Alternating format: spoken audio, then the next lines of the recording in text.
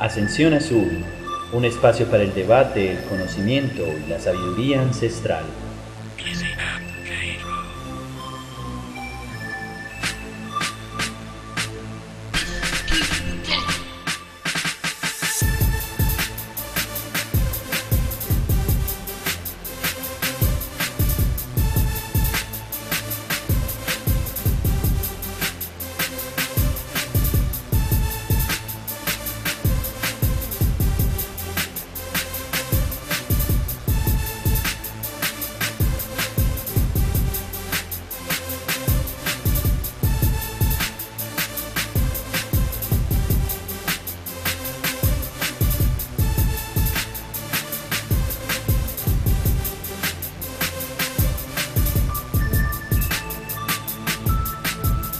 Pensemos por un instante otras realidades. Pensemos que quizás nosotros los seres humanos nos movemos en otras escalas más allá del tiempo y del espacio. Y es que este tema no es un tema nuevo, realmente es un tema que tiene mucho tiempo de estar sobre la mesa y se ha venido nutriendo por una cantidad de experiencias. Algunas personas hablan de sueños lúcidos, otras personas hablan realmente de una proyección, como si fuera una doble personalidad, otro yo que se puede mover en otras instancias. Hay muchas inquietudes al respecto. De hecho, nuestros días son temas supremamente interesantes y apasionantes, ¿por qué no? En el sentido de que todas estas experiencias han alimentado realmente nuestra visión de lo espiritual. Es como si fuera una especie de motivación para entender un poco más de que es muy probable que existan otras realidades, unas realidades muy sutiles que están allí, que forman parte de nosotros y que a la final no están ni tan lejos. Quizás como seres humanos tenemos la posibilidad de entrar a esos espacios, espacios que han sido descritos desde hace milenios, por lo que denominamos las religiones. Y es que hoy vamos a tratar un tema supremamente interesante. Vamos a hablar de los planos sutiles, vamos a hablar de esos lugares mágicos por excelencia, de los cuales se ha escrito enormemente. Y para esta noche quiero saludar a dos grandes amigos, dos grandes investigadores. Una vez más quiero saludar a Elkin Arturo Muñoz, un compañero, amigo de panel, que hemos venido haciendo estos programas desde hace tiempo. Elkin, ¿cómo estás? ¿Cómo estás, John Fernando? Muy contento hoy de compartir esta noche una vez más una conversación nueva, un tema que me ha interesado mucho durante muchos años y de compartir con ustedes dos aquí el día de hoy me pone muy contento. Nuestro compañero, siempre con su voz agradable y tranquilizante, está aquí para acompañarnos y compartir sus ideas con nosotros, y eso me tiene muy contento. Sí, eso es verdad. Elkin pues igual es un investigador independiente, practicante de algunos procesos de magia trascendental en algunos aspectos y conocedor de muchos temas. E igualmente queremos invitar a otro de nuestros amigos, como dice Elkin, una persona supremamente agradable, practicante del panteísmo, o sea, panteísta por naturaleza, e igualmente un investigador independiente que va a también colocar sus puntos de vista sobre el tema de hoy, sobre los planos sutiles. Él se llama Fernando Operador. Fernando, buenas noches, ¿cómo estás? Buenas noches, señores, ¿cómo están? Muchas gracias por la invitación y esperemos que esta charla sea bastante amena y podamos sacarle provecho, que esa es la idea. Sí, esa es la idea, sacarle provecho al máximo de este tema. Pues son las 9:24 p.m. Vamos entonces una vez más aquí en Ascensión Azul a tocar un tema bien interesante. Saludamos a todas las personas que puedan estar escuchando estas grabaciones e igualmente a todas las personas que a través de nuestro Facebook han venido acercándose para escucharnos y para dar también sus aportes. No siendo más, entonces arranquemos con este tema que nos parece supremamente interesante. Yo quisiera arrancar con algo a poner sobre la mesa. Obviamente han habido muchas vertientes que tocan el tema de estas realidades sutiles, de estos planos sutiles, e incluso hemos llegado a hablar de los cuerpos sutiles, o sea, Para poder acceder a esos espacios, obviamente debemos tener una manifestación, y dicha manifestación es a través de ciertos cuerpos. Pero han habido muchas filosofías, digámoslo así, en el camino, en este trasegar de investigación, que han tocado el tema de los cuerpos sutiles. Y hay una muy directa que me ha llamado mucho la atención y que estoy comenzando realmente como a digerir, y es precisamente la teosofía. La teosofía ha sido quizás desde el siglo XIX, finales del siglo XIX, una de esas escuelas, ¿por qué no?, de misterios y de trascendencia para muchos a nivel espiritual, que ha nutrido con bases teóricas todos estos temas, y más aún que ha hablado de esas realidades sutiles con unos términos muy interesantes, términos que, si bien muchos han sido extraídos del conocimiento y de la sabiduría oriental, nos llevan a tener una amplitud mental enorme frente a este tema, o por lo menos nos presenta esta temática de una manera un poco más digerible, aunque hay que realmente entrar, como muchos de estos casos, a aprender estos términos. La teosofía nos ha hablado un poco sobre estos cuerpos sutiles, pero a medida que va pasando el tiempo se ha venido reconfigurando este conocimiento, y desde otras ramas pues se ha venido hablando y se ha venido trabajando, se ha hecho como más dulce, más del contenido popular. Pero hay muchas personas que definitivamente dicen tener experiencias extracorpóreas que van mucho más allá, que les dan esas experiencias como una riqueza al mundo de lo espiritual.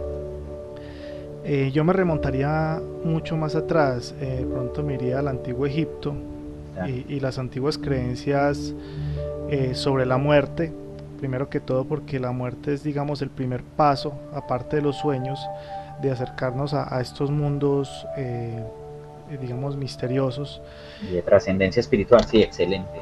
Entonces, cuando vamos, digamos, a la parte del viejo Egipto, ellos consideraban que, o sea, sí, continuaba algo después de esta vida, pero la visión de ellos del mundo espiritual era, digamos, un poco más materialista, un poco más de que tu vida continúa de cierta manera un poco como lo es aquí, sin ser del todo igual, en el sentido en que tenías otra vida, pero para ellos era difícil, digamos, visualizar o hablar de vibración, hablar de nivel atómico o de ese tipo de características. Entonces, cuando veían un ser que de pronto no fuera de este mundo, siempre lo tomaban como, lo relacionaban muy directamente con la vida material que llevaban, y por eso tenemos personas que las enterraban con sus riquezas, con sus animales, que inclusive en algunas tribus de aquí de Latinoamérica movían el cuerpo. Después de que la persona moría, comenzaban a moverle el cuerpo para que el espíritu pudiera salir, porque si no consideraban que se quedaba atrapado en el cuerpo. No, de hecho yo me atrevería a decir, discúlpame que te interrumpa por un momento, me atrevería a decir de que efectivamente había una manipulación del cuerpo, porque se creía que seguía la vida, y habían diferentes tipos de enterramiento, incluso como nosotros los practicamos actualmente. Muchas veces había un segundo enterramiento donde se le daba un trato, digámoslo, térmico, o se incineraban los restos óseos y se incorporaban de nuevo en ciertas vasijas funerarias o cerámica funeraria, con el ánimo de volverles a dar un sitio. Había un respeto muy profundo por la forma de vida de las personas en esta realidad, pero se consideraban que efectivamente ellos estaban ahí, y es la base de muchos mitos, donde a lo largo y ancho del planeta las culturas creen todavía en esos antepasados, y se sigue convocando la memoria de esos antepasados. Sí, es que ahora, nada más pensando, pues digamos, desde un punto de vista que siempre me ha gustado mucho, digamos, tomar el mundo espiritual, y es directamente de eso. Cuando hablamos del mundo de los espíritus, de los gnomos, las hadas y todo este folclore y mitos que hay, tanto en la cultura, sobre todo en las nórdicas, en las culturas nórdicas, existen muchos mitos, muchas leyendas sobre estos seres mágicos, y en nuestra cultura tradicional, cuando hablamos de las ánimas y de los espantos, y de estos, sí que hay muchas historias, inclusive Me gustaría de pronto conocer qué ha sabido Fernando en esto del folclore, de la magia y todo esto. ¿Cómo han abordado o cómo has abordado tú de pronto estos temas del mundo espiritual? Bueno, de pronto tenemos que tener en cuenta una característica muy importante. Aquí nosotros en Occidente hemos conocido mucho la teoría que se tiene sobre el cuerpo sutil, los cuerpos astrales de la teosofía, ¿cierto? Claro. Pero la teosofía hay que tener en cuenta que ellos lo tienen y lo escriben así como de Platón, ¿cierto? Y del rosacrucismo. Entonces, si nos renombramos a eso, ellos tuvieron que renombrar a Platón sobre los escritos que él tenía sobre este tipo de acontecimientos y de cómo en la antigüedad se manejaba pues este fenómeno. Podría decirles que en egipcio antes le llamaban Ka, en Grecia le decían Eidom, en Alemania le decía Doppelganger, la alquimia lo toma como el aire, y si nosotros ponemos a traducir todo esto significa doble, o sea, dos, y entonces volvemos al término inicial, que es un cuerpo astral sutil. Entonces podríamos decir que es un intermedio entre el alma inteligente y el cuerpo físico, o sea, es la unión de esas dos esencias que somos nosotros como seres humanos y que desde la antigüedad se ha conocido y la han manejado. Bajo ese orden de ideas tendríamos que entender que es algo que es innato por el mero hecho de ser seres humanos, pero que no está muy investigado, porque le meten mucho de eso, le meten mucho del misticismo, le meten mucho de la magia, y científicamente tendríamos que hablar más adelante de eso, ¿cierto? Que entonces tendríamos que hablar de las experiencias cercanas a la muerte, como un efecto de especie de muerte súbita. Hay una cantidad de términos que utiliza el método científico para identificar este fenómeno, pero es algo con lo que hemos vivido. Entonces, para responder tu pregunta, Elkin, la magia siempre lo ha manejado, o sea, somos dos en uno. Qué rico llegar en esta charla a intentar esclarecerlo lo más claro posible para que nuestros oyentes pues tengan una idea más clara y practiquen, que me imagino que vamos a hablar un poquitico más adelante de técnicas para hacer este tipo de desdoblamiento o llegar a encontrar este cuerpo sutil que de lo que estamos hablando. Sí, es muy válido. Yo quisiera una vez más colocar sobre la mesa algo muy valioso frente a lo que está explicando Elkin y el aporte de Fernando. Pero volviendo atrás, en Egipto, hay un texto bien interesante que es el libro egipcio de los muertos, ¿verdad? Yo pienso que es quizás como una de las referencias muy claras sobre todo ese proceso de trascendencia espiritual. Al igual también está el libro tibetano de los muertos, que en cierta medida busca como conducir a esa persona, a ese individuo en esos otros planos, para su proceso de renovación y de retorno aquí al planeta Tierra.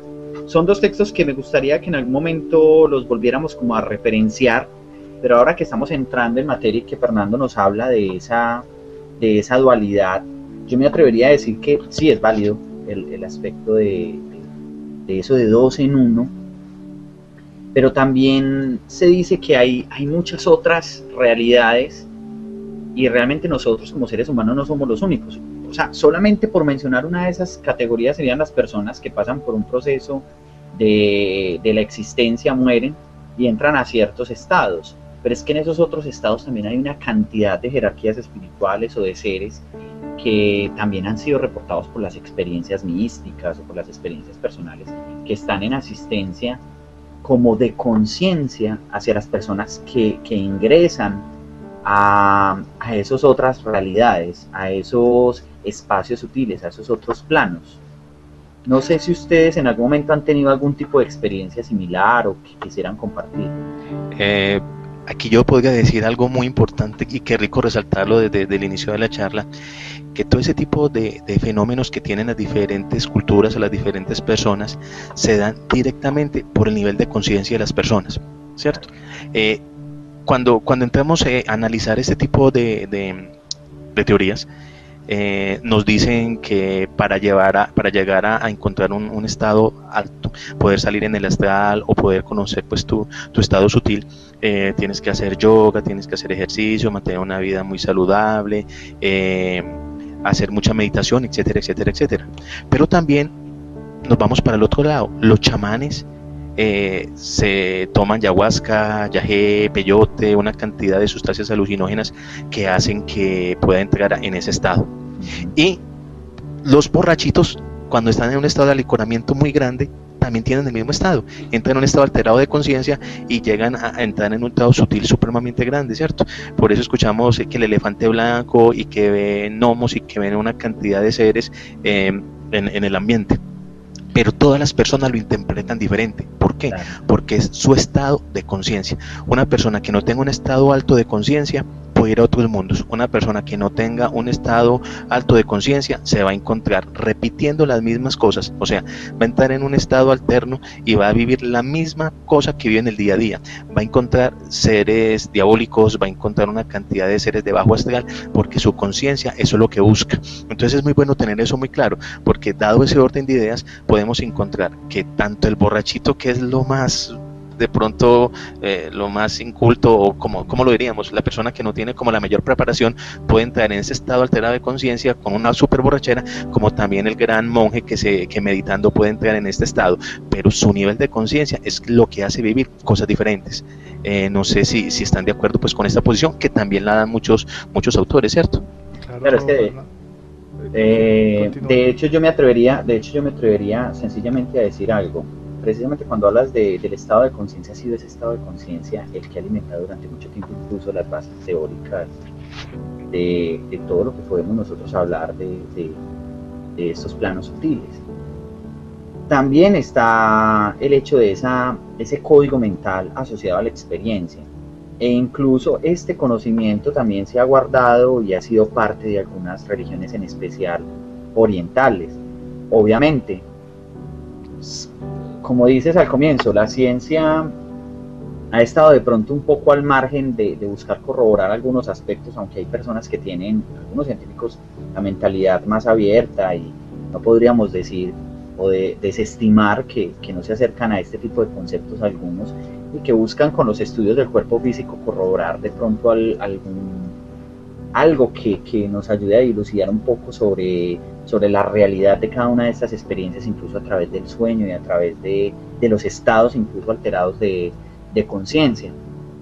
Pero ha sido precisamente nuestra forma de pensar, y en algún momento las religiones nos ayudaron a entender de que, como se abanderan efectivamente de que existe algo más allá, obviamente debe haber un conocimiento, y muchas veces las religiones guardan ese conocimiento, en especial las orientales, como dije hace un momento, y a través de las lecturas de algunas personas, sobre todo en nuestros días, se logra traer como ese conocimiento y colocarlo aquí a disposición a partir de los términos que nosotros podríamos como entender o por lo menos digerir.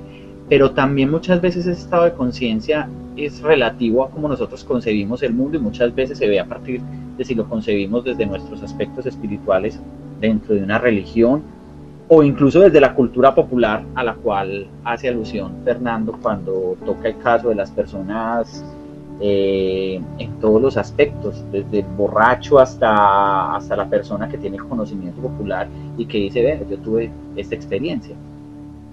Por supuesto, John Fernando, es que hay un punto, dos puntos que Fernando tocó que me parecen muy importantes. Uno, la cultura popular tiene un conocimiento tremendo, es grandísimo sobre estos temas, pero como él mismo lo dijo, no se da como investigación seria, entonces se queda en eso.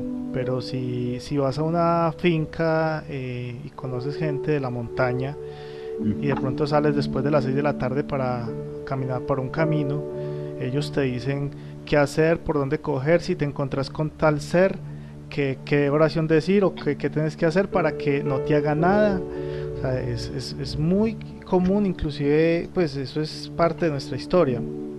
Ahora, frente a lo de los seres que se encuentra una persona en estos estados de, digamos, de abstracción espiritual, se presenta una cantidad de seres, o sea, es inmensa la cantidad de seres que aparecen, y frente a eso la teosofía sí da un aporte muy grande, porque la teosofía, digamos en su parte antroposófica, explica y da muchos detalles sobre, digamos, lo que son como esa zoología espiritual, por llamarlo de alguna manera, y amplían un poquito nuestra visión, que siempre se limita a los ángeles, a los demonios, a los gnomos y los espantos, por decirlo de alguna manera, sino que dice que existen tantos seres en estos mundos sutiles como los hay aquí en el mundo físico. Entonces, si nosotros tenemos millones de especies de insectos, de mamíferos, de todo tipo de artrópodos, humanos, plantas, allá también existe, por decirlo así, una zoología espiritual, una cantidad de energías, porque son energías con vida, con conciencia, y como decía Fernando, con diferentes grados de conciencia, que crean todo un mundo, es un mundo completo, paralelo, que está sobre este mismo mundo, y por eso se llama sutil, y que de una u otra manera interviene o interactúa, por llamarlo de alguna forma, con nuestra propia realidad, bien sea de formas muy sutiles, como algunos casos, de formas algunas veces directas, y que nos dejan desconcertados, que hoy conocemos como quizás esos fenómenos paranormales. Pero hablando un poco, Elkin, ahora cuando habías tocado el tema de Egipto, ¿deseas redondear un poco más? ¿Deseas explicar algún otro referente del pasado que nos hable un poco sobre esa otra realidad o de esos otros planos sutiles? Bueno, lo que pasa es que frente a la visión del pasado, del mundo espiritual, hay una dualidad y se debe, debido a que pues se debe precisamente porque hay mucha desinformación, a ver, y es difícil dilucidar. Por un lado tenemos las culturas que consideraban el mundo espiritual como una extensión del físico. Entonces, por ejemplo, tenemos libros como los de Tolkien, cuando Tolkien en sus libros explica cómo muere un elfo, por ejemplo, el elfo lo que hace es transportarse a otro lugar, desde el mismo mundo, pero se transporta a un lugar como mágico, pero dentro del mismo planeta. Por ejemplo, como hablábamos de los egipcios y otras culturas, cuando mueres te trasladas, pero es físicamente, por decirlo de alguna manera. Inclusive en algún momento, cuando hablábamos de Jesús, creo que, no recuerdo cuál era autor mencionaba, no sé si era JJ, que cuando Jesús hablaba del camino hacia el Padre, muchas personas pensaban, pero ¿cuál es el camino? Occidente, Oriente, ¿por dónde tengo que coger? Entonces tenemos esa visión del mundo espiritual en el pasado como un poco de pronto todavía muy materialista, que no ha evolucionado mucho, pero también tenemos culturas antiguas como mencionaba la tibetana, y aquí mismo en los pueblos mayas y aquí en el sur de América, sin decir pues que en África y en otros lugares no sea así, lo que pasa es que de pronto no conozco las culturas. Pero es un patrimonio realmente de la humanidad, y más aún porque hay una necesidad de trascendencia y eso está presente realmente en los seres humanos. Es algo natural tener esa necesidad de trascendencia. Exacto, entonces digamos que existen también muchas culturas que sí tomaban el mundo espiritual inclusive con un conocimiento muy avanzado.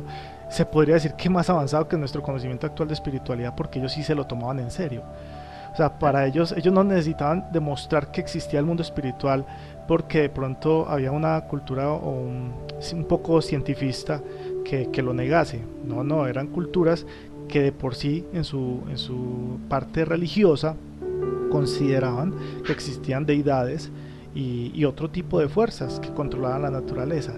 Entonces, en ese punto estamos hablando de que, por ejemplo, los tibetanos desde hace miles de años o las personas que vivían en estas tierras practicaban artes, por decirlo de cierta manera, mágicas dentro de lo que cabe, y hacían todo tipo de prácticas, que eso es a lo que quiero entrar de pronto a continuación, es lo que mencionaba Fernando, cuándo entramos en esas realidades y con qué nos encontramos.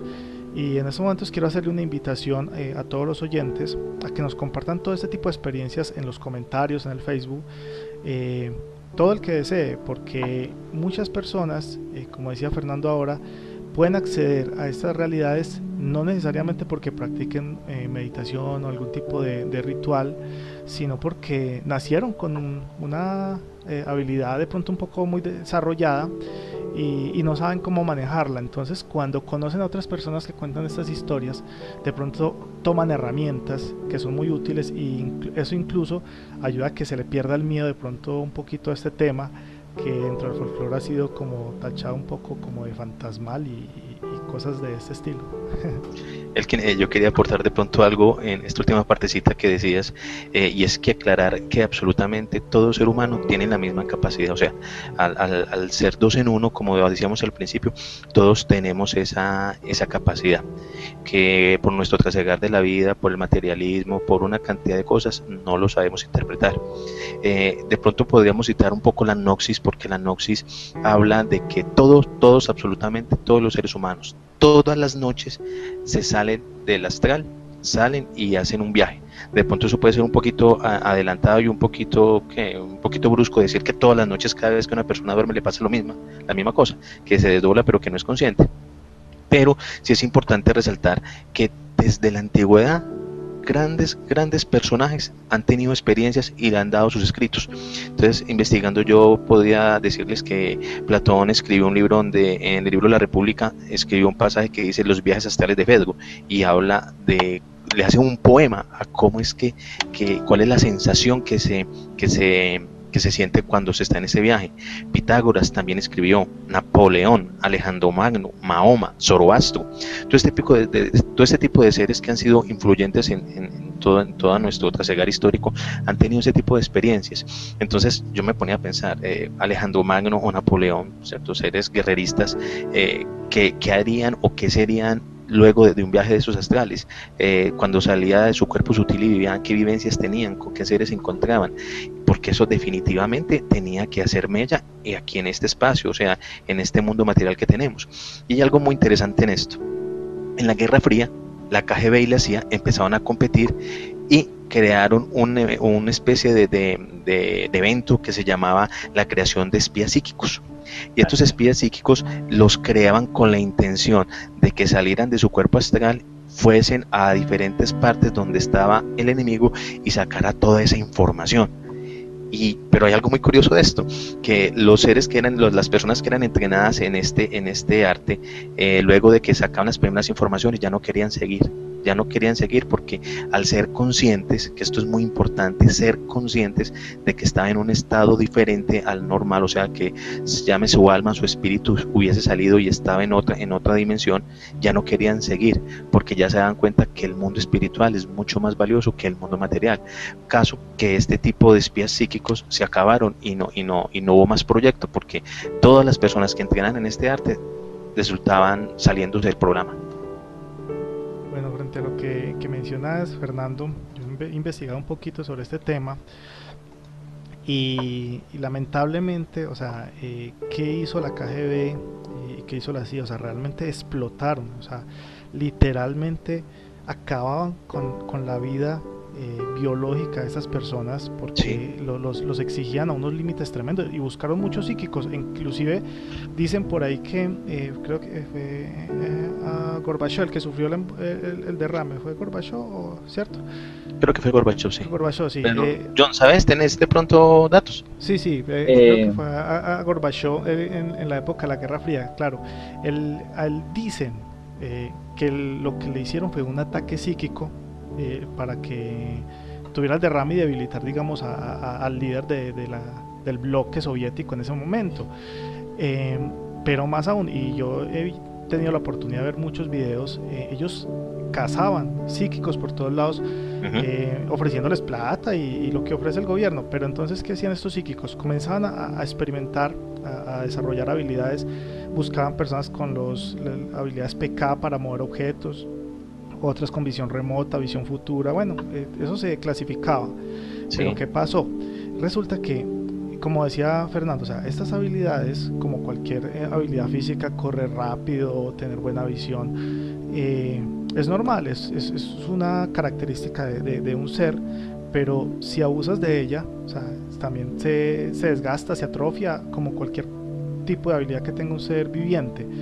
Entonces los exigían a tal modo que al último eran exhaustos. Inclusive si veías una grabación de una persona, un psíquico ruso, digamos cuando comenzaba con los primeros experimentos y 3 años después sí los aguantaba, y eran demacrados, decaídos, les exigían muchas horas de entrenamiento, eran muy estrictos y supuestamente, y en ese sentido, acabaron los experimentos, pero actualmente, inclusive aquí en internet hay muchas personas que hablan sobre el tema, ellos siguieron usándolos. Es más, yendo no solo desde la KGB, este tipo de, digamos, de tratamiento de agente secreto, mágico, por decirlo de cierta manera, es muy antiguo. Inclusive en la antigua reina Isabel tenía a un mago, por decirlo de cierta manera, al que consultaba, John Dee. Y claro, el señor John Dee, cuando firmaba, él firmaba como 007. Entonces, y de ahí para acá viene Aleister Crowley y los que tuvieron que ver con Aleister Crowley, que él fue consejero también del M12, creo que es de Inglaterra, y en el M12 hubo algunas personas que se relacionaron, y de ahí salió el cuento de James Bond.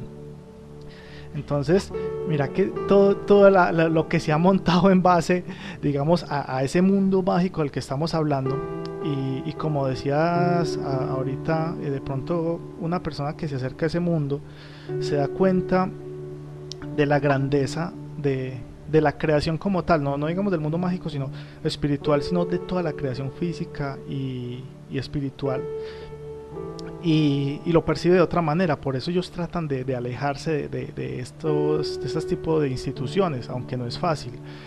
Y el problema es que, como decías al principio, Fernando, cuando uno se acerca a estos digamos mundos, sea en el sueño, sea consciente, o sea en un estado alterado a través de un alucinógeno, depende mucho del estado de conciencia de la persona. Entonces, ¿qué pasa?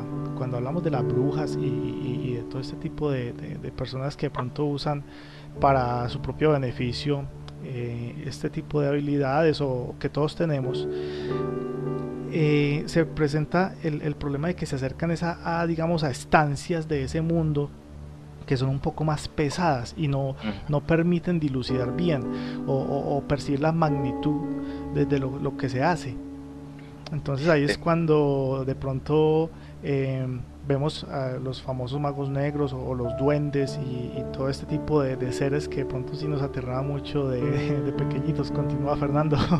No, para terminar este puntico, pues como de cómo se altera este tipo de situaciones, científicamente podríamos decir que el viaje astral o cuerpo sutil separa el cuerpo físico y no depende ni del cuerpo mental ni del cuerpo emotivo, pero el estado mental se hace necesario para la interpretación.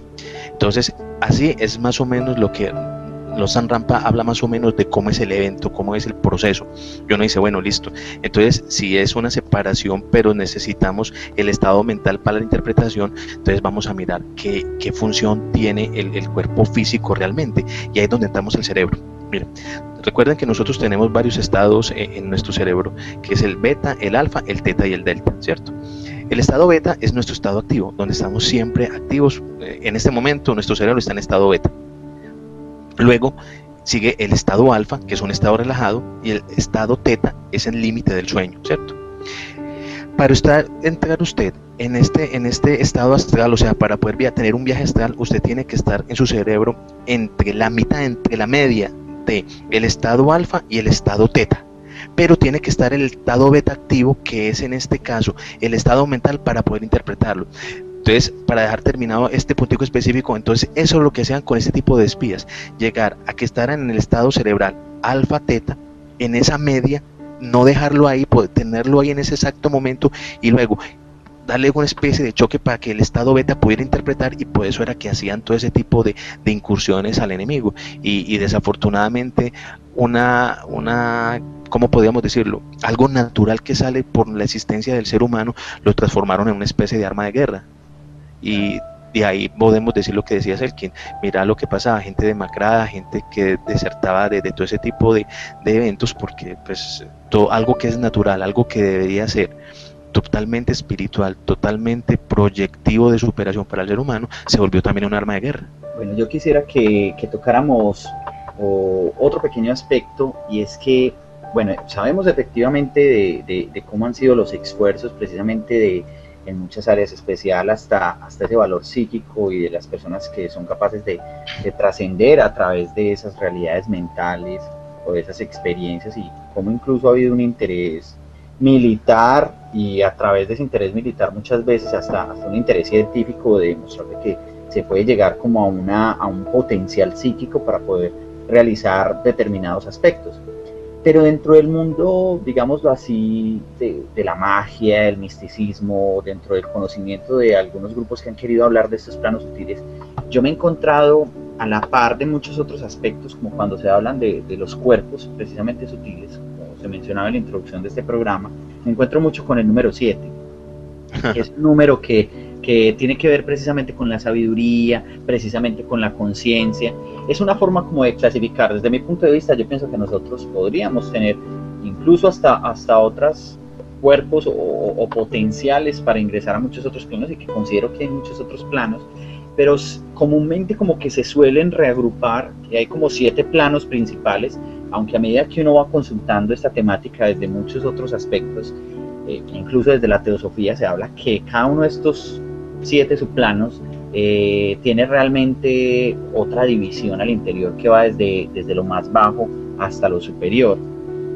¿Qué opinan ustedes de por qué la importancia del número 7 para ahorita empezar a hablar un poco como de esos 7 planos más comunes dentro de ese conocimiento que es tan fácil de ahora consultar? Bueno, Fernando, dale, ¿quieres continuar? No, de pronto yo creo que estás hablando, John, con respecto a la teosofía, sobre donde ellos hablan de la constitución septenaria del ser humano, donde dicen que el ser humano tiene una tríada superior y un cuaternario de personalidad. Claro, pero antes de avanzar en esto, sí, o sea, la teosofía hace mucho hincapié en precisamente el número 7. Pero no sé, creo que en muchos otros espacios donde uno entra a consultar, uno siempre se ha enfrentado precisamente con este número. Yo hago la salvedad porque yo considero que hay muchas otras realidades y que obviamente se trasciende, pero veo que dentro de esa correlación mística con los números y con estos espacios de buscar clasificar, siempre vamos a eso. Y precisamente lo que decías, ese aspecto del septenario dentro del mundo, y como por ejemplo uno de los casos como la teosofía, porque pienso que la neonoxis, por ejemplo, en nuestros días también toma aspectos de ahí, aunque bebe mucho de la teosofía. Algunos metafísicos actuales también tocan mucho la simbología del 7 y como el 7 es una proyección de nosotros mismos, digamos, para esos espacios, porque lo llegan a clasificar desde ahí. Por eso quiero como preguntarles por qué opinan ustedes, para llegar precisamente al tema de lo que tocas. ¿Por qué no hablar de ese septenario también del ser humano como tal? Mientras estabas hablando, yo me acordaba mucho de una canción, no sé, creo que es Alfredo Gutiérrez, que es el 7, no sé, muchachos, si lo han escuchado, que 7 son las 7 las maravillas del mundo, claro, los días, los colores del arco iris, bueno, etcétera, claro, etcétera. El 7 pues, es el número de la creación, se dice que nos quedaron en 7 días al ser humano, etcétera. O sea, de por sí ya tenemos algo físico, algo que no se puede negar, que el 7 es un número mágico, ¿cierto? Porque podíamos divagar entre, en este caso, lo que hablamos al principio sobre la teosofía, sobre el septenario del ser humano, claro, y uno podía debatir, pero contra, ejemplo, los colores del arco iris no puedes debatir, ¿cierto? Porque ahí están, no puedes invertir otro color diferente, y sobre una cantidad de cosas que demuestran que el 7 es un número mágico. O sea que no podemos negar la importancia del número 7, y que efectivamente esas escuelas de misterios, por llamarlas de alguna forma, hayan hecho uso precisamente de este número mágico, precisamente como para clasificar o dar mayor posibilidad de acceso a este conocimiento. Bueno, yo de pronto, en ese sentido, sí, o sea, el 7, pues nada más vamos a los ciclos lunares, que están en múltiplos de 7, son, claro, 28 días, claro que son 13 ciclos, 13 lunas en el año, pero yo me iría, o sea, los números todos en sí generan un halo de misterio y componen nuestra naturaleza. Eso es un hecho. Desde la programación, la genética, todo está constituido en base a geometría y a números. Así lo decía Pitágoras. Exacto. Inclusive, ahora que hablas de los filósofos, por ejemplo, a mí desde el colegio me intrigaba mucho Sócrates cuando hablaba del mundo de las ideas, porque me parecía muy interesante que en esa época un filósofo se cuestionara sobre el mundo sutil.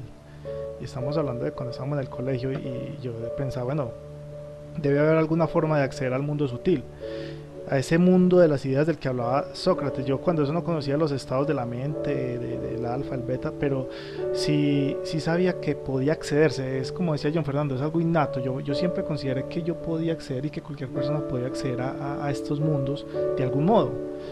Entonces, estando yo todavía en bachillerato, comencé a investigar sobre estos temas, me metí con la gnosis y encontré unas herramientas muy buenas que mencionaba Samael Aun-Weor, como fue la clave Sol.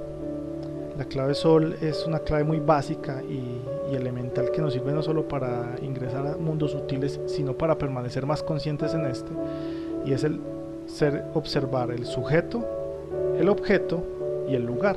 Sujeto, objeto, lugar. Y la he usado mucho tiempo y me ha resultado muy útil para el estudio, para muchas cosas. Es estar consciente del sujeto, el objeto y el lugar todo el tiempo. Así cuando estés de pronto en un astral, en un sueño, también vas a estar consciente del sujeto, el objeto y el lugar. Es como un hábito. La clave Sol es una de las miles de herramientas que hay para manejar conscientemente digamos los cuerpos sutiles. Una de las prácticas más impactantes que me parecieron a mí de la gnosis y algunas veces pues he escuchado hablar sobre ella es la práctica de la vaca de 6 patas. Ahorita que hablas de los números, casualmente era el 6, el número de patas de la vaca, pero no es que tenga que ver con una vaca ni nada por el estilo. Realmente pues no sé de dónde toma el nombre, y dicen en la gnosis que Jesús realizaba esta práctica para transportarse de un lugar a otro, porque lo que hace es una brecha, un portal, y esa es de pronto la primera visión que tenemos de las entradas a estos mundos sutiles.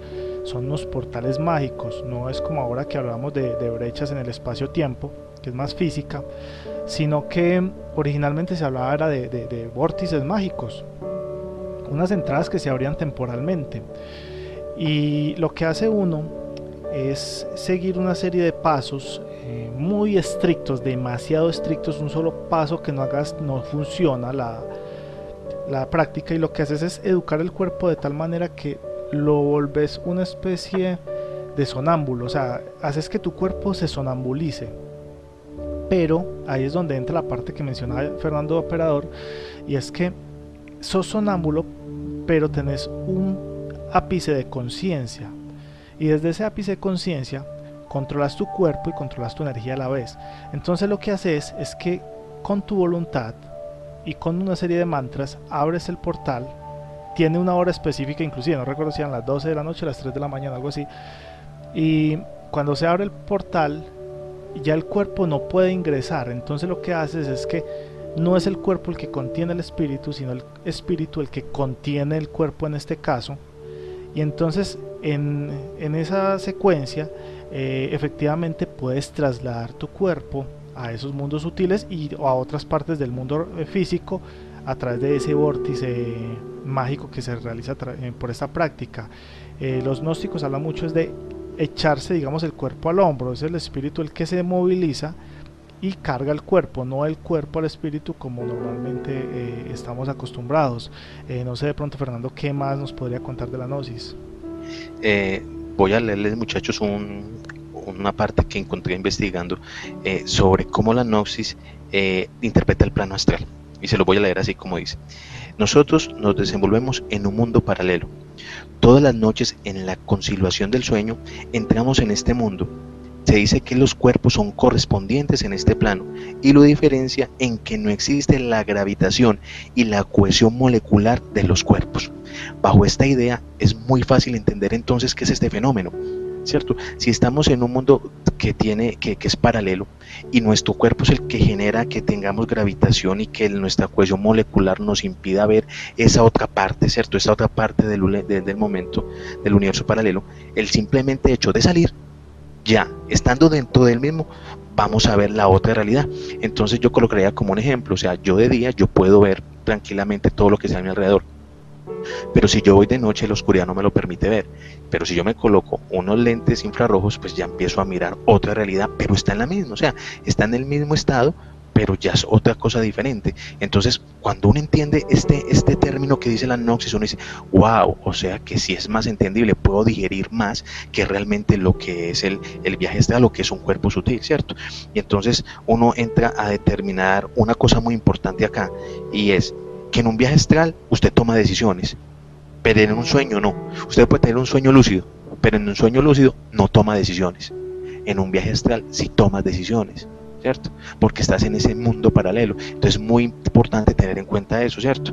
Por eso es que los chamanes utilizan la ayahuasca, la yagé y todo este poco de elementos para poder alterar este estado, ¿cierto?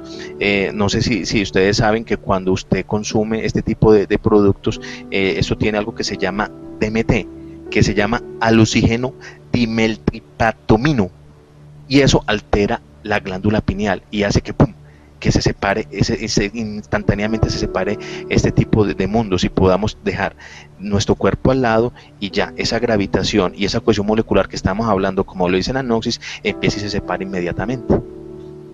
Yo me atrevería a decir algo, pues yo en algún momento he tenido algunas experiencias de los sueños lúcidos, y yo pienso que sí he tomado decisiones en los sueños lúcidos, de pronto es que han estado limitadas precisamente a esa experiencia dentro de lo mental. Pero yo retomo algo que dice Fernando que me parece muy valioso, y es que quizás lo que nos diferencia de ese mundo de los sueños, que es como una especie de inercia, es precisamente esa toma de decisiones. Aunque quisiera hacerles una pregunta rápido como para abordar otro aspecto aquí sobre la mesa, y es quizás el hecho de lograr tener una visión, como mencionabas Fernando, en esas otras realidades.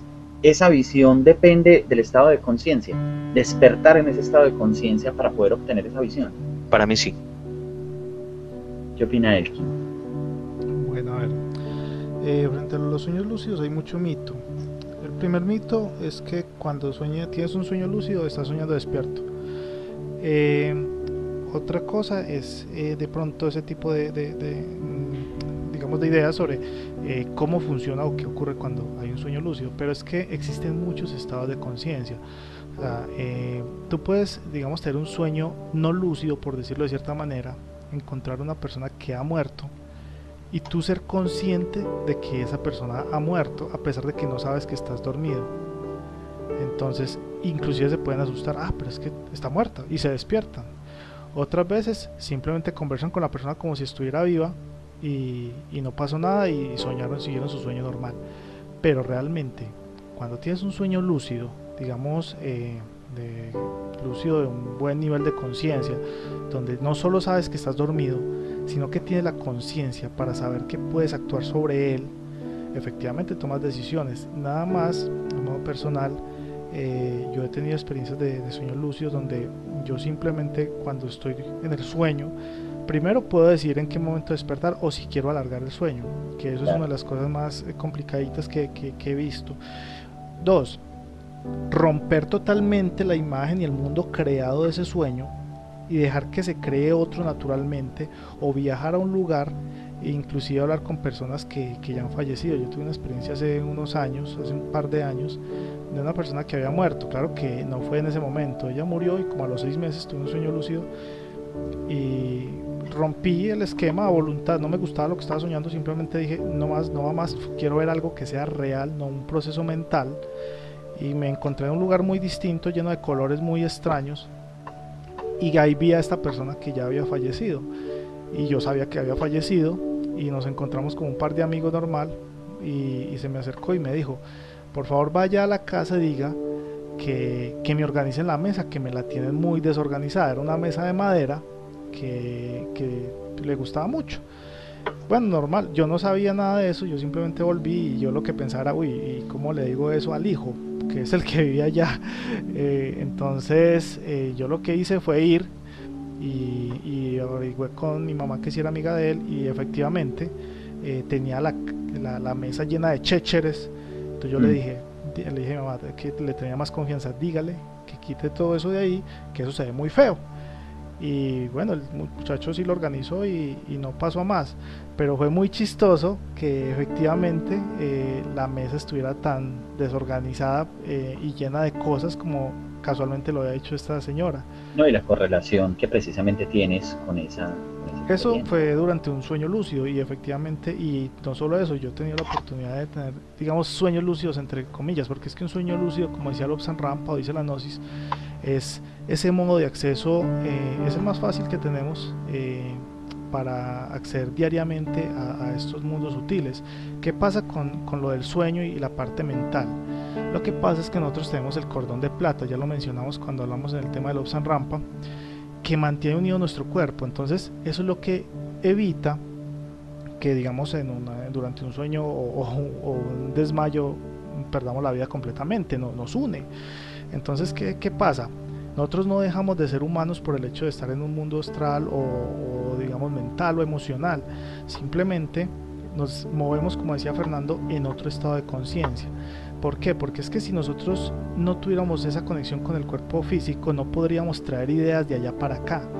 Nosotros allá percibimos el mundo de una manera, como lo decía Fernando, con unas gafas de otro color, pero eso tiene que volverse ideas humanas, si no, no podríamos hablar.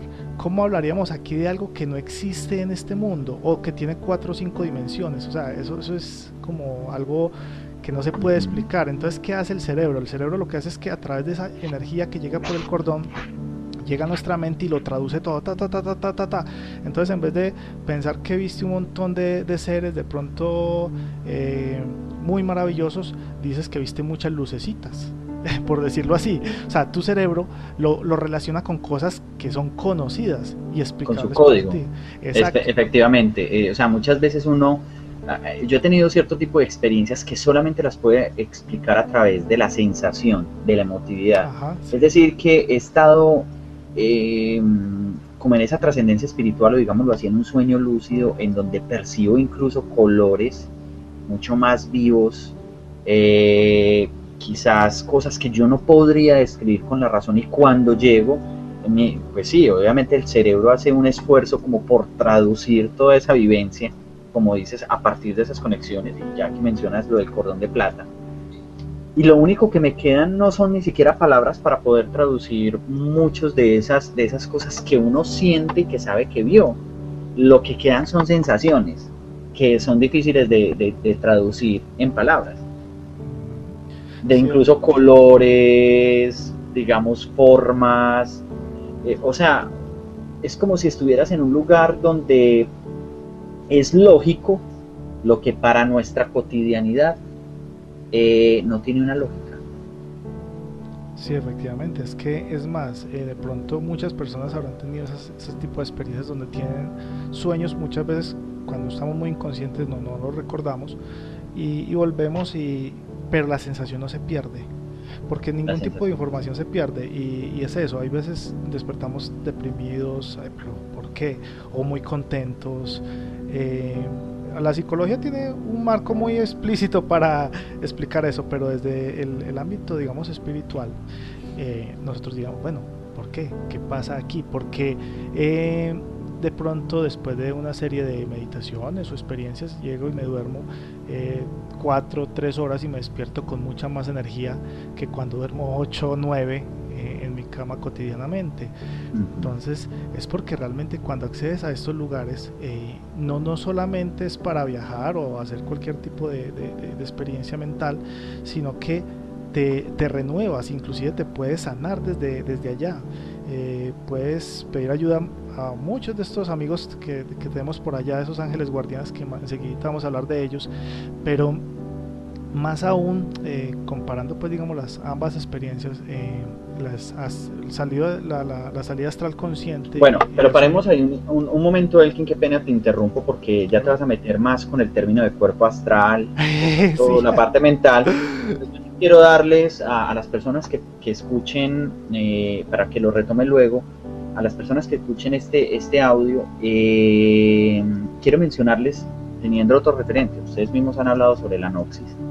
Yo quisiera rescatar, como lo menciona Fernando hace un momento, lo de la naturaleza septenaria del hombre, ¿sí?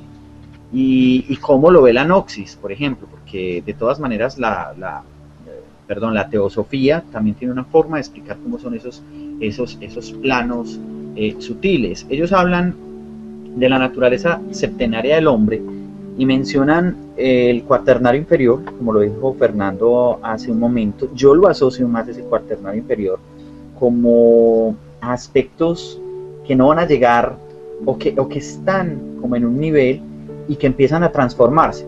Entonces mencionaba lo del cuaternario inferior, digamos que son 4 aspectos que de lo que he consultado, parte de algunos aspectos, pero lo primero es que en mi experiencia, cuando me he puesto a leer un poco sobre estas realidades, la verdad uno encuentra, de acuerdo como a las diferentes tradiciones, términos distintos, ¿sí? Aquí en el cuaternario inferior, como lo clasifica la teosofía, habla de, por ejemplo, voy a partir desde lo más denso hasta lo más sutil, digámoslo en ese orden, desde el cuerpo físico, aunque obviamente el orden puede variar, tómale al cuerpo astral, al cuerpo vital, ¿sí? O al principio vital, y al aspecto de los deseos. Lo determinan esos 4 aspectos. Yo pienso que el cuaternario inferior pasa como por un desarrollo de transición o de transformación. Entonces el cuerpo físico, como ellos lo mencionan, lo denominan el Hula Sarira, no, perdón por la pronunciación, o sea, son términos más bien de orden oriental, y hablan precisamente de nuestro aspecto natural, lo que nosotros tenemos como un cuerpo por el cual nos manifestamos en este aspecto físico y donde tenemos para manifestarnos en este proceso de vida, ¿sí? Obviamente hay otro aspecto que tiene que ver con la vitalidad, muy conocido por las tradiciones orientales, que hablan de prana, ¿sí? Y estamos hablando de ese principio o de ese cuerpo vital o de ese espacio vital que yo diría que no está tan alejado de la conexión con el planeta Tierra y que tiene que ver mucho obviamente con todas las funciones que abarcan todos nuestros aspectos físicos para nosotros podernos desenvolver. Yo diría que hay una relación precisamente con la vitalidad que nos ofrece la Tierra. Es como si fuera una especie de polo que nos mantiene activos y que nos mantiene aquí anclados y que nos permite manifestarnos, tener la energía necesaria, la energía vital, a través incluso de los elementos. Hablamos del cuerpo astral. Sarira es como el término, o Linga Sarira es como el término que utilizan para clasificarlo desde la teosofía, o traen ese término desde las tradiciones orientales. Me llama mucho la atención por lo que planteaba Fernando, el doble, ¿sí?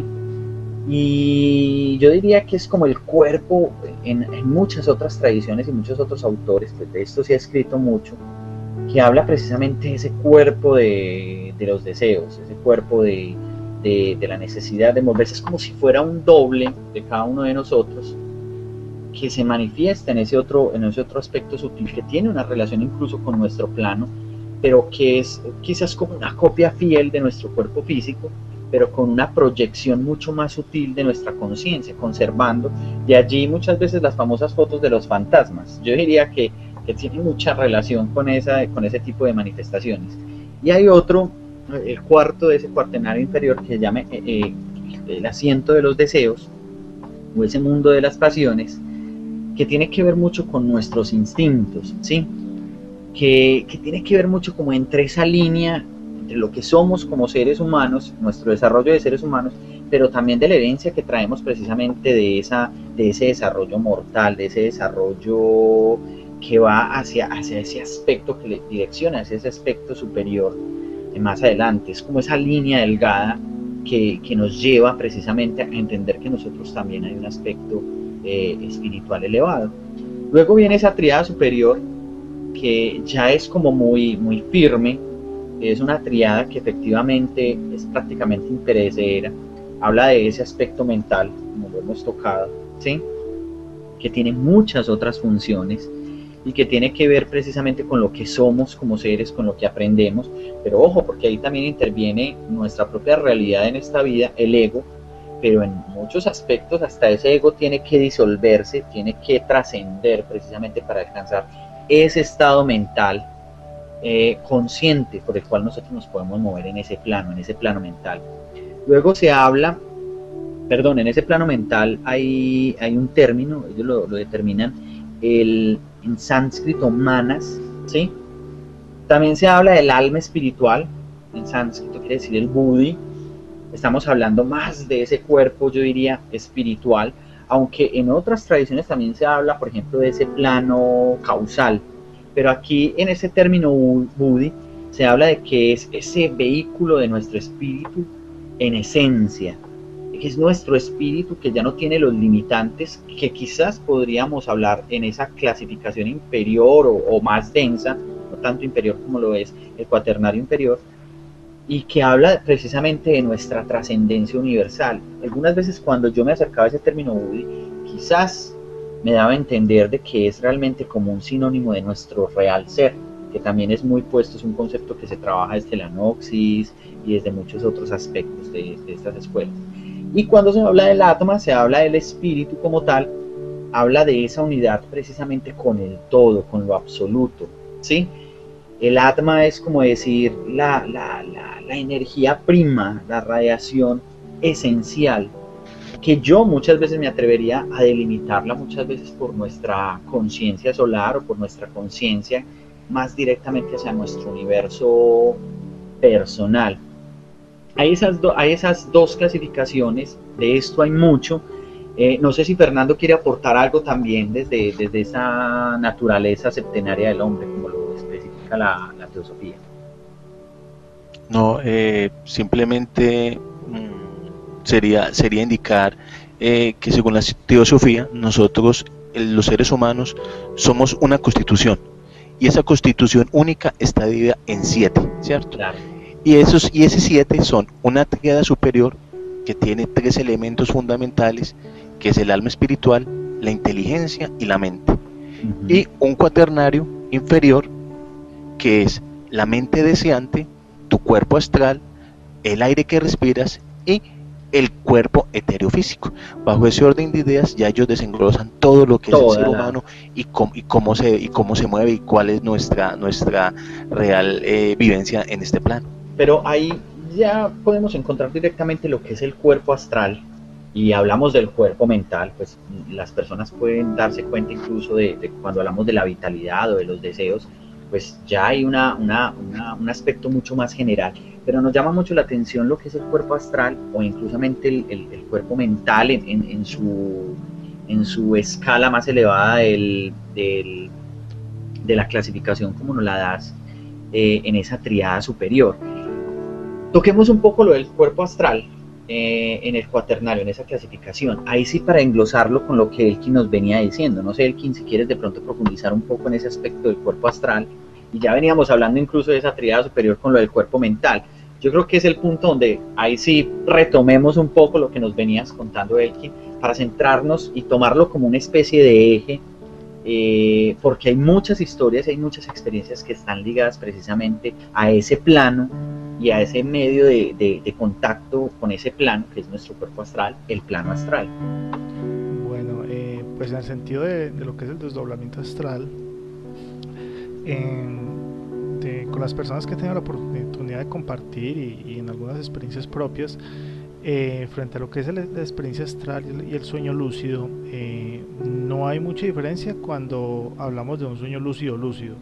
O sea, me refiero con completa conciencia de que dónde estás, cómo estás y qué puedes hacer, y de dónde venís y para dónde vas. Eso es un estado de lucidez muy agradable en el sueño lúcido. Y en el astral, cuando se hace un desdoblamiento astral consciente, y se percibe completamente igual, o sea, es de la misma manera.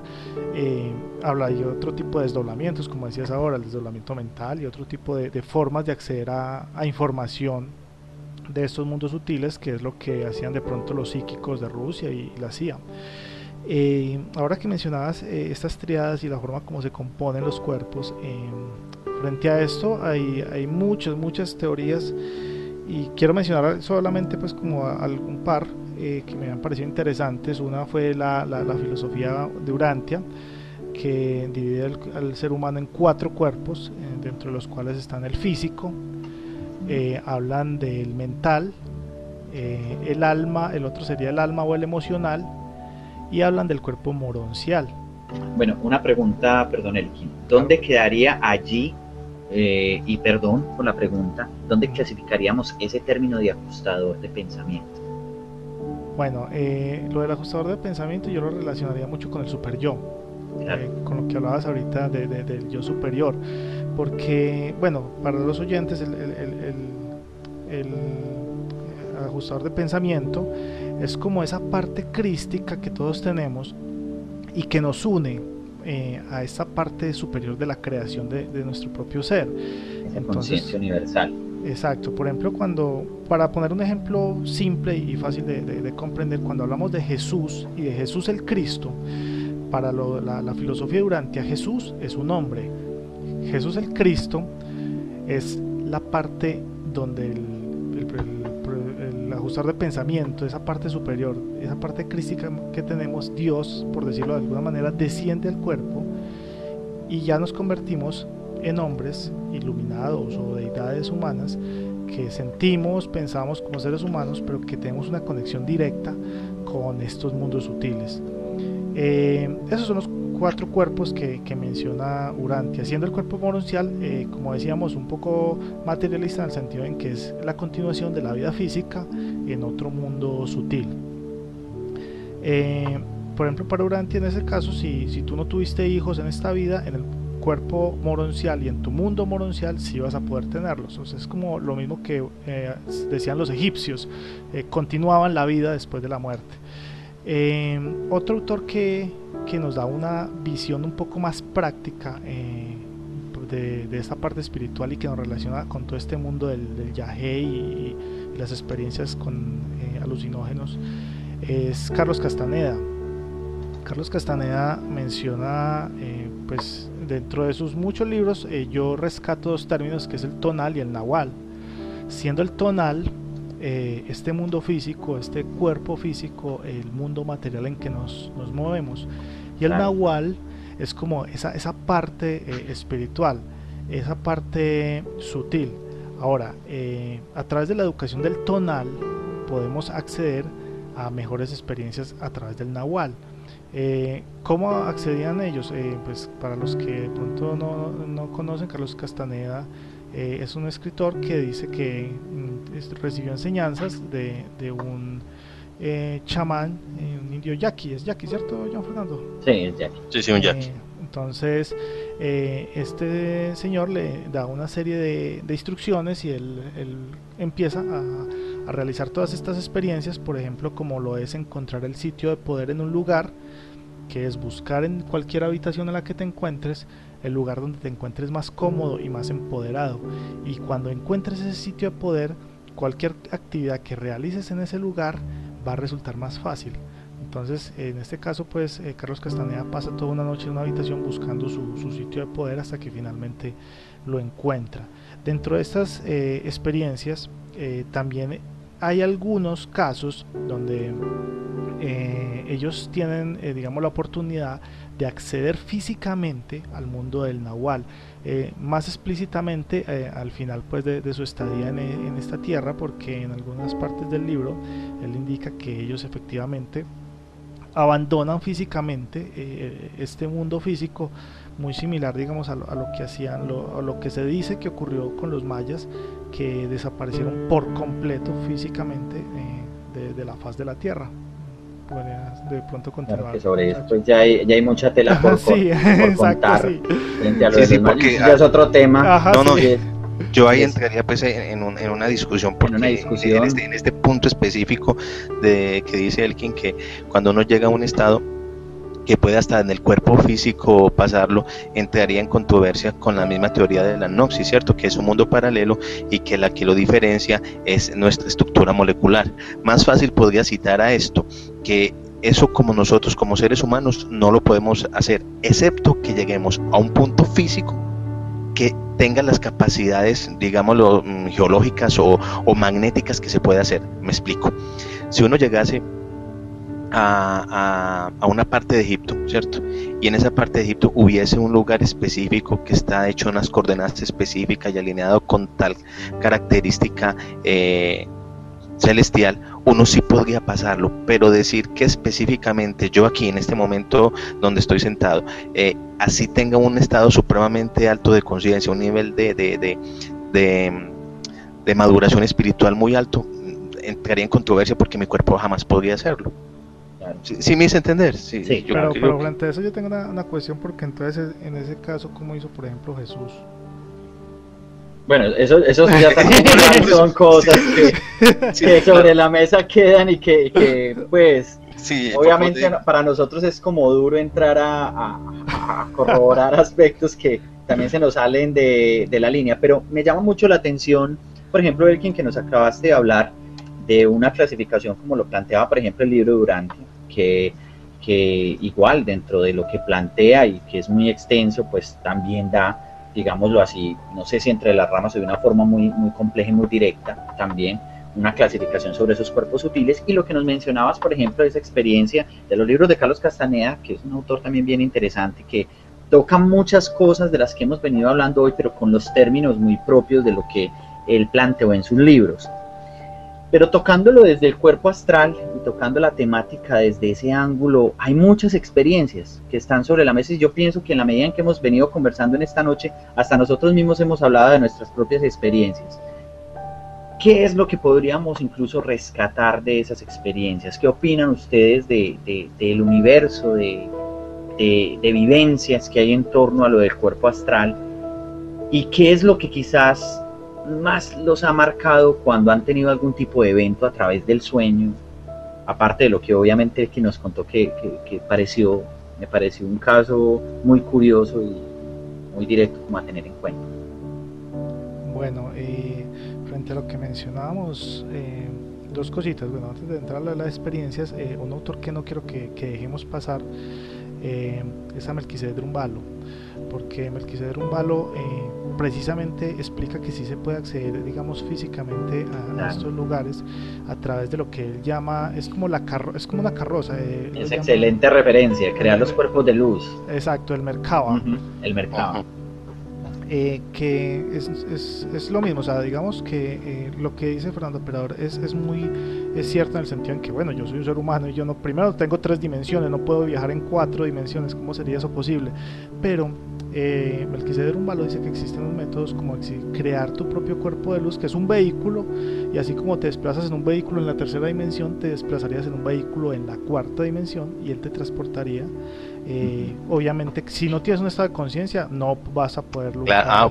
Claro, pero ya estaríamos hablando de algo que tú creaste, como algo como crear una especie de egregor, como crear una especie de... También aquí hay algo bien interesante, discúlpame Fernando, y es que yo veo algo de valor en lo que plantea Drumbalo Melquisedec, y es que de todas maneras se hace el uso y entra a jugar o a ponerse en línea la temática de la geometría sagrada, del uso de la geometría jugando con la mente, con las emociones, precisamente para poder acceder. O sea, digamos que es uno de esos autores que empieza a dar una serie de técnicas, a crear el famoso tetraedro de luz, precisamente para acceder. Ya de allí a las prácticas, y a que funcione o no funcione, es muy curioso. Él se basa precisamente en esa idea de que, como dice Elkin, si hay un vehículo en el plano físico para nosotros movernos, quizás se pueden crear, pero yo diría que están muy ligados a crear más bien esos estados de conciencia. Nosotros ya tenemos quizás como el potencial de tener esos vehículos, pero hay que estructurarlos y hay que adaptarlos precisamente porque son niveles energéticos incluso diferentes, y muchas veces nosotros a través como de ese crecimiento espiritual lo que buscamos es tener un nivel de conciencia, poder estar despiertos así como estamos despiertos en este plano físico, muchas veces entre comillas, y lo dejo entre comillas, estar despiertos, pero tener un nivel de conciencia es tener ese nivel de conciencia proyectado también en esos planos. Entiendo de que es lo que plantea Drumbalo Melquisedec, está enfocado es precisamente hacia ese aspecto de crear una conciencia y de poderse mover. Perdón si estoy equivocado en los panelistas, pero es como lo que entiendo de allí. Claro, continúa Fernando. Claro, continúa. No, pasa es que no me puedo quedar sin decir lo que estoy pensando en este momento, claro. Porque igual desde el principio coloqué la condición o la frase, pues para nosotros sería en un plano normal hacerlo, pero me devuelvo atrás hacia un poco algo de lectura que he tenido últimamente sobre Salomón, algo de las clavículas y algo que le decía a su hijo Roboán, ¿cierto? Que le enseñaba unas técnicas con unos pases mágicos, con unos mantras mágicos, que muy disciplinados creaba un alter ego, un alter ser, que era el que lo protegía, ¿cierto? Interesante.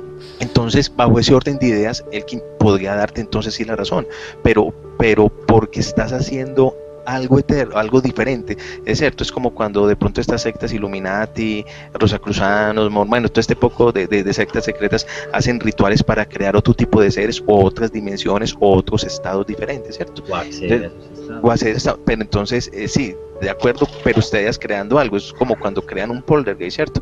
Que llegan y se reúnen, crean energías y le dan una intención a esa energía, y ya esa energía es la que se encarga o de protegerlos o hacer un mal o hacer un bien, etcétera, etcétera, etcétera. Bajo ese orden de ideas, sí podría ser muy cierto lo que tú dices, Elkin, ¿cierto? Bajo algún procedimiento, bajo algunas normas, bajo algunos rituales, poder crear una especie de, no sé, de pronto ustedes se vieron Dragon Ball cuando Goku llega y se convierte ya en Super Saiyajin, ya él puede viajar a otro mundo, mientras tanto no, pero para él convertirse él tuvo que crear una energía alterna a lo que él realmente era para poder desplazarse, ¿cierto? Al mundo de Kaiosama, no sé si claro, el mundo, si la comparación puede ser muy infantil o algo, pero bajo ese orden de ideas yo creo que me retracto a lo que inicialmente digo, porque podría hacerse, pero bajo ese aspecto, ¿de acuerdo? Claro, es que inclusive tocaste un punto muy interesante, porque ese es uno de los grandes miedos de cualquier persona cuando realiza estas prácticas, y es dejar de ser quien es. Porque como decía John Fernando, nosotros tenemos un ego y nosotros nos identificamos con ese ego. Yo soy Elkin, John Fernando Operador, pero nosotros somos algo más. Y en el momento en que comenzamos a realizar estas prácticas nos damos cuenta de que ese John Fernando, ese Elkin, es una pequeña parte de algo muy grande, y esa pequeña parte a veces tiene como un temor de morir. Entonces, como decías ahora, en el caso de Goku, es como si se transformara en otro ser, en otra persona, y no solo existe ese tipo de prácticas. Voy a mencionar otro par de prácticas de pronto que algunos oyentes conozcan. Una es la alteración del ADN, y es como lo más denso y lo más materialista que se ha tratado de realizar. Y es que como nosotros solamente usamos una pequeña parte del ADN, se dice que en la otra, el resto de ese ADN, el 98 basura que dicen, exacto, no es tan inútil como dicen, sino que si nosotros sabemos, digamos, reactivar, aunque sea una pequeña parte de ese ADN, nuestro cuerpo cambiaría de tal manera que podríamos adaptarnos o realizar cierto tipo de cosas tales como esa. Otra de las formas que de pronto es más tiende a ser más por el tipo de la teoría de las partículas, y es que si nosotros separamos suficiente las partículas del cuerpo, vibramos a suficiente velocidad, nuestro cuerpo comienza como a sufrir una especie de desintegración física molecular, pero siguen estando ahí, solo que a mayor velocidad y más esparcidas. Entonces en ese momento comenzamos a abandonar un poco, digamos, esta escala dimensional, vibracional, para acceder a otro.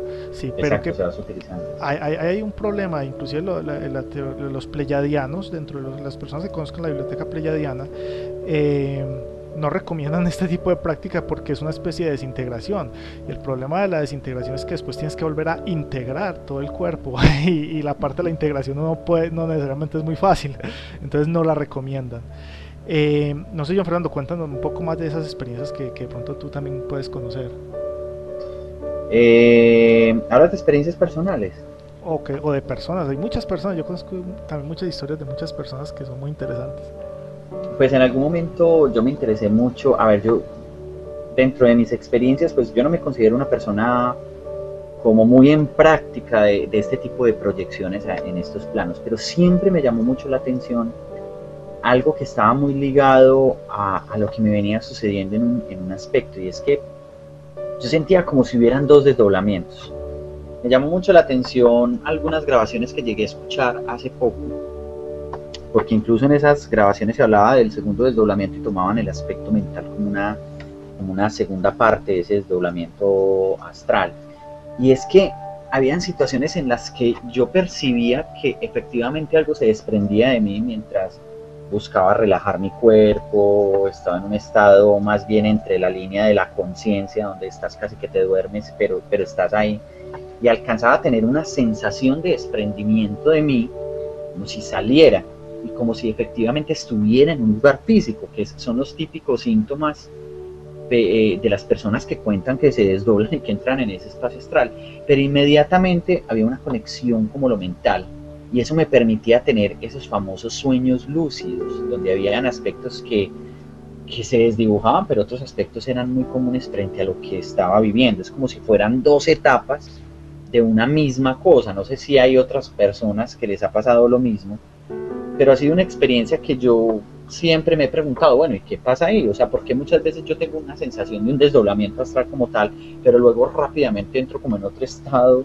frente a un desdoblamiento mental, aunque sin negar de que en esa proyección astral sí he tenido sensaciones, impulsos por el deseo, por el, yo lo asocio cuando hablan de los deseos a esa necesidad de movimiento, esa necesidad de salir, esa necesidad de ir a lugares, a esa necesidad de encontrarse con personas, de encontrarse con maestros, de ir a lugares en los cuales verdaderamente vas a tener la oportunidad de vivenciar y de hacer muchas cosas. Prácticas, como mencionaba Nelkin, pues hay muchas, incluso podríamos hablar de riesgos del astral, aunque se nos extendería mucho el programa, partir de las palabras de poder, pero yo siempre, pues y la verdad en el momento en que me funcionó, era tener y enfocar mi intención de hacerlo. Yo pienso que en el momento en que yo enfocaba mi intención de hacerlo, cuando yo me decía a mí mismo, hoy voy a tener esta vivencia, hoy voy a salir, y con toda la seguridad efectivamente salí. Ahora, hay palabras de poder. Por ejemplo, era muy famoso el mantra dentro de la neonoxis o la noxis que impulsó en su momento Samael Aun Weor, utilizar, por ejemplo, el famoso mantra de Faraón. Era uno de los mantras que ellos utilizaban. Pero más allá de ese tipo de mantras, yo pienso que si empiezas a nivelar como una estructura todas esas realidades sutiles en ti, a través de la meditación, a través de la relajación, es fácil llegar a ese tipo de prácticas. Pero a mí en lo personal, para aclarar que un tipo de práctica era ponerle la intención con la seguridad. Yo conozco la historia de un muchacho que vivía por el sector de San Javier, y aquí en Medellín, Colombia. Y él en las noches, no siempre, de vez en cuando dormía, sentía que se paralizaba, se quedaba quieto. Bueno, biológicamente ya... Un síntoma muy conocido y hasta explicado por la psicología. Sí, ¿no? Y hasta la ciencia, porque dicen que para que el cuerpo evite moverse durante el sueño, para que no haga lo que está haciendo en el sueño, segrega como una especie de sustancia que, digamos, adormece el cuerpo para que no se mueva. Pero bueno, el problema en este caso es que él no estaba dormido, él estaba consciente, despierto, y no se podía mover. Despertó en la noche así.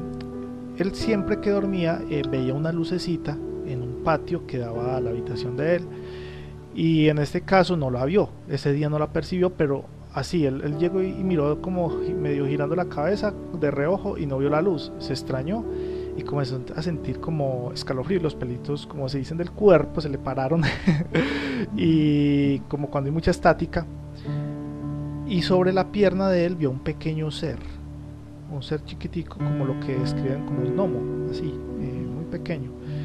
Él se asustó mucho y se quedó ahí paralizado tratando de moverse, y así de esa misma manera se fue quedando, y el ser simplemente como que se desvaneció y él siguió durmiendo, y al día siguiente estaba bien. Lo impactó mucho esta experiencia, me contó. Yo pues quise ir a investigar y fui, y efectivamente amanecí en el mismo lugar, y aunque no vi al gnomo, al pequeño ser, ni me paralizaron ni nada, sí vi la lucecita que mencionaba este muchacho, y es bien interesante porque realmente, o sea, no estamos hablando de que era una luz reflejada en una pared, o sea, estamos hablando de que era una luz flotante y rojiza, ni siquiera, o sea, era de colores, tenía color, era color rojo. Sí. Y efectivamente se movilizaba siempre como por los mismos sectores.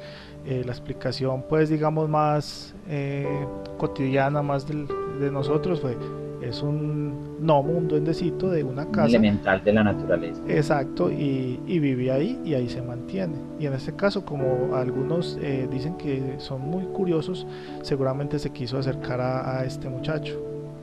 Fernando, ¿tiene alguna experiencia que nos quisieras compartir? Pues de experiencias personales podría decir 2 o 3, pero más allá de eso, una de las características que yo tengo como persona es escuchar mucho a las demás. Y me he dado cuenta de infinidad de casos, de todo tipo de situaciones que tiene la gente. Pero de esas situaciones, desafortunadamente, lo que uno encuentra es miedo. Y luego de que una persona tenga una experiencia que para él no fue grata, el miedo lo bloquea para que no vuelva a tener. Y de alguna manera pierden ese gran don que todos tenemos. No es que lo pierden, lo ocultan, lo solapan para no tener esa experiencia. Lo mandan al cuarto de los reblujos. Eso lo mandan al cuarto de los reblujos porque no quieren vivir esa experiencia. Claro. Y lo vemos el día a día porque pues, en esta ciudad, en nuestro círculo social, vemos una cantidad de gente que quiere estar todo el tiempo fuera de la realidad. Para nada es un misterio que si salimos a la esquina, en este caso yo salgo a la esquina de aquí de mi casa, veo 4 o 5 muchachos drogándose en la esquina, o los señores borrachos en la cantina. O sea, desafortunadamente la gente quiere evadir la verdadera realidad de la vida y lo hace de otras maneras para que eso no le pese. Entonces, John, para responderte esto, no, yo creo que ahí tendríamos que buscar, sería otro programa, porque claro, te podría decir, tengo un compañero que es un supremamente vicioso, un vecino aquí de toda la vida, muy buena persona, pero el vicio le pudo, y usted es muy común que lo vea hablando solo, riéndose, y cuando ya él sale de ese estado, pues del estado de la traba, digámoslo así, uno le pregunta, él ha hablado con miles de personas, con miles de seres, con gente de 2 cabezas, de 3 ojos, bueno, una cantidad de cosas, la gente se lo goza, pero yo le respeto eso porque dije, wow, ¿dónde entras tú que yo no puedo entrar? ¿Cierto? Es que de hecho, o sea, este tema es muy extenso, no alcanzaríamos a abordarlo realmente en una oportunidad, vale la pena retomarlo. Es más, yo pienso que hasta aquí ha habido una cantidad de información, una cantidad de elementos, incluso hasta en términos muy generales, pero que vale la pena. O sea, este tipo de temas merecen ir tomando casos ya cada vez más específicos, puntos mucho más específicos, con el ánimo de poderlos abordar y de poder profundizar y de poder traer mucho más, como lo hemos venido haciendo en estos programas. No sé si ustedes quieren aportar algo más para no sé, pues yo sugeriría que cada uno dé como una conclusión pequeñita del programa, claro, como para darlo por terminado, y no sé pues si tengamos algún punto, John, que tú eres el moderador principal, para una próxima extender este programa y hacer algo de investigación más exhaustiva de temas específicos, porque como vemos es muy largo y muy amplio el tema. Muy largo. Sí, la idea hoy era tocarlo solamente someramente, pero hay algo que sí quería compartir. Fue una experiencia que yo tuve. ¿Y por qué la voy a compartir? Porque me parece muy importante lo que dice Fernando Operador, y es que el miedo precisamente nos puede, y es algo contra lo que yo he ido siempre, porque por tener una mala novia o un mal novio no quiere decir que todos nuestros novios van a ser malos, simplemente fue una experiencia. Entonces quiero compartir algo para que las personas que de pronto hayan vivido situaciones similares, duras, entiendan que solo es una experiencia. Hay muchas otras y muy buenas que hacen que valga la pena de pronto seguir este camino de la investigación y el despertar de conciencia. Estando yo todavía en el colegio, estamos hablando de que tenía unos 14 años más o menos, 14, 15 años, yo practicaba mucho meditación, yoga, y me gustaba mucho el tema, y efectivamente en esa época quería acceder, digamos, a estos mundos espirituales. Entonces practicaba constantemente, 3-4 veces al día, meditaba 45 minutos en la mañana, en la noche, muy, eso era seguido. Bueno, la cosa se quedó así hasta que un tiempo, ya de pronto agotado de darle tan duro, pues digamos, al trabajo de la meditación, al yoga, decidí descansar y dejé de meditar como una semana. Irónicamente, cuando dejé de meditar fue que comenzaron a despertarse todos estos tipos de habilidades y cosas que había estado desarrollando durante un par de meses, y en una noche normal yo estaba acostado durmiendo y en el sueño veía un ataúd blanco y sentí que había algo que me observaba. Yo pues era consciente en el sueño de que estaba dormido, entonces pues no tenía miedo de nada, simplemente que al sentir que algo me observaba quise hacer contacto con ese algo. Inmediatamente tuve la intención de hacer contacto, o sea, se vino una cosa, pero eso era horrible, o sea, yo sentí que algo se abalanzó sobre mí, pero eso, o sea, gruñía hacia, pero como un perro, y el temor pues fue tremendo. Eso fue en cuestión de un segundo, ¡pah! Y ahí mismo me desperté. Irónicamente yo duermo siempre para el mismo lado, y cuando duermo así, como así duermo, amanezco prácticamente, y estaba volteado para el otro lado de la cama. Yo tenía un Cristo de plata que me habían traído de la India, una señora que trabaja con este tipo de elementos, y me lo habían rezado y todo para protección, y ya no lo tenía en el pecho, y hasta el son de hoy nunca supe qué se hizo. Me acosté con él colgado y desapareció. Y algo comenzó a caminar alrededor de la cama, pero yo no lo podía ver. Claro que tampoco lo quería ver, yo cerraba los ojos, pero le pegaba golpes a la cama y la aruñaba. Y la cama pues, o sea, yo me arrinconé asustado, y en la habitación del lado que dormía mi hermano, en ese día casualmente no estaba sola la habitación, comenzaron todos los muñequitos a sonar y a jugar como si estuvieran jugando con los carritos. Cuando yo lo único que recuerdo es que yo comencé a trabajar con los mantras y con las palabras de poder, y logré alejar a este ser. Yo estaba petrificado, me desperté, boté los libros de yoga, todo, yo no quería saber nada de esto, y la cama tenía rasguños, o sea, la cama literalmente la arañaron, era una cama de madera. Y cuando me levanté para la cocina a echarme agua y prendí los bombillos, se despertaron mis papás muy asustados porque la cama de ellos estaba temblando, o sea, literalmente, y uno de ellos decía que lo estaban ahogando.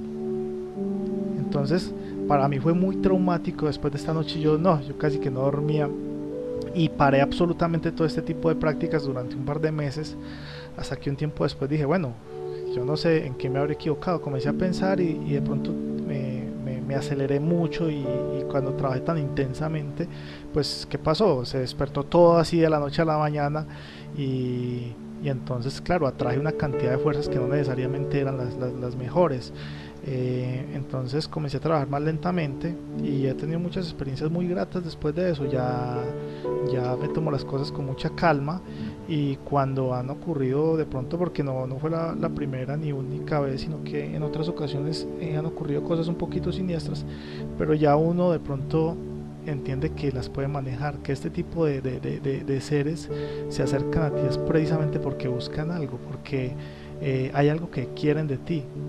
Y eso es como cuando cualquier persona interesada o negativa se acerca a ti, tú puedes alejarla a voluntad y simplemente decir, con esta persona no me junto, y me voy con estas personas que sí son de mi agrado y afines a mí. Entonces para que las... Exacto, la afinidad, una afinidad de pronto a cosas más agradables, a seres, a nuestros ángeles guardianes, a tantos guías que hay. Y es como la recomendación que le doy a las personas que viven esas experiencias de pronto muy duras, o a los niños. No es cuestión de temer, es más, entre más miedo tiene uno, más se le acercan estos seres a aprovecharse. En cambio, si estás tranquilo, generalmente ni siquiera se aparecen, generalmente son experiencias bastante agradables. Entonces, bueno, sigan adelante. A modo de conclusión, Elkin, entonces, ¿qué nos quieres dejar para este tema tan interesante en esta noche? Bueno, pues esto fue un esbozo, esto, como dice Fernando, es muy largo, pero a modo de conclusión, no existe solamente lo que vemos, existe un mundo sutil maravilloso, y independientemente de lo que pensamos, sí influye diariamente en nuestra cotidianidad, y nosotros influimos en este mundo. Entonces, aprendamos a convivir con esas energías sutiles, seamos conscientes de ellas. Y yo creo que lo más importante, más que acceder a estos mundos, digamos, celestiales, tratemos de traer ese cielo aquí a esta tierra y volver nuestro mundo de amor, de tranquilidad, de felicidad. Eso es lo que vale la pena. Gracias, Elkin. Fernando, ¿quieres dejar tu conclusión? Pues la conclusión que yo diría sería algo muy simple. El cuerpo sutil existe y está ahí para que nosotros disfrutemos de él. No nos dé miedo aprovechar esa gran ventaja. Por ello, no nos dejemos confundir con todo lo que nos da este mundo material, que nos hace generar miedo, desconfianza, envidias, apegos a lo material, una cantidad de cosas que realmente no tienen sentido. Si buscas dentro de tu corazón, vas a encontrar la mejor manera de despertar ese ser espiritual que tenemos, y lograremos viajes astrales y movimientos y experiencias magníficas. Muy valioso. Yo quisiera entonces, para concluir, retomar aspectos que mis compañeros de esta noche de panel han colocado sobre la mesa.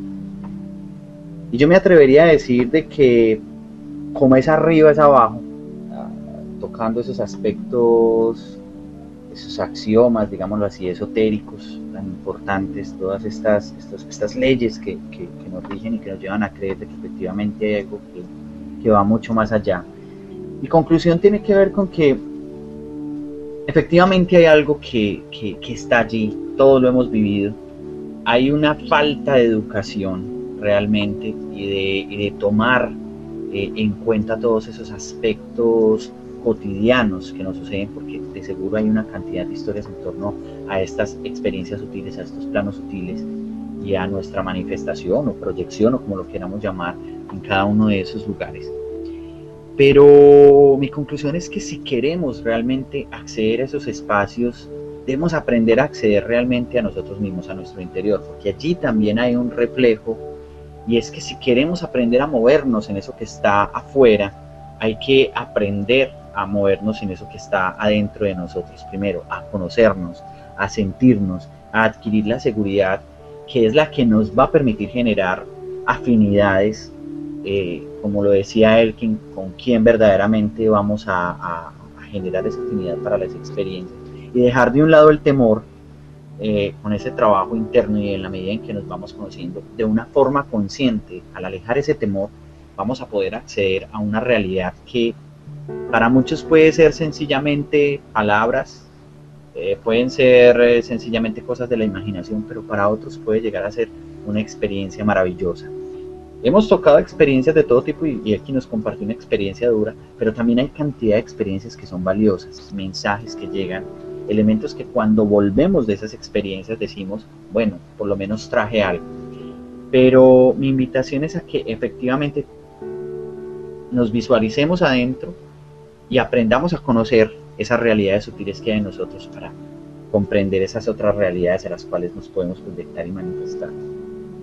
¿Algo más por aportar para cerrar, muchachos, el programa? No, está bien. Muchas gracias. Bueno, queremos agradecer a todas las personas que han venido escuchando, que se han acercado a nuestros espacios, precisamente a nuestro canal Ascensión Azul, igualmente a nuestro Facebook. Ya han hecho algunos comentarios, los invitamos para que comenten. Quiero dar igualmente las gracias a mis compañeros de panel, a Elkin Arturo Muñoz, una persona con la que he tenido la oportunidad de compartir y de hacer otras charlas, igualmente a Fernando Aperador, alguien que igual está cordialmente invitado para seguir perteneciendo, a seguir dando sus aportes valiosos a estos programas. Sobre la mesa queda un aspecto que es muy valioso. Hemos hablado de forma general, pero vamos a coger muchos otros aspectos puntuales que tienen que ver con estos planos sutiles a medida que vayamos avanzando y que vamos nutriendo nuestro canal, para darle cabida precisamente a entrelazar estos temas que son muy esenciales. Esperemos que les haya gustado este conversatorio. Igualmente habrán cosas en las que están de acuerdo, otras no, pero nos gustaría más esas críticas también constructivas que nos ayuden a centrar y a construir en estos debates un conocimiento, como nosotros lo dejamos ver en esto que es Ascensión Azul. No siendo más, nos despedimos, un servidor más, John Fernando Palacio. Esto es Ascensión Azul y que tengan una feliz noche. Feliz noche. Feliz noche.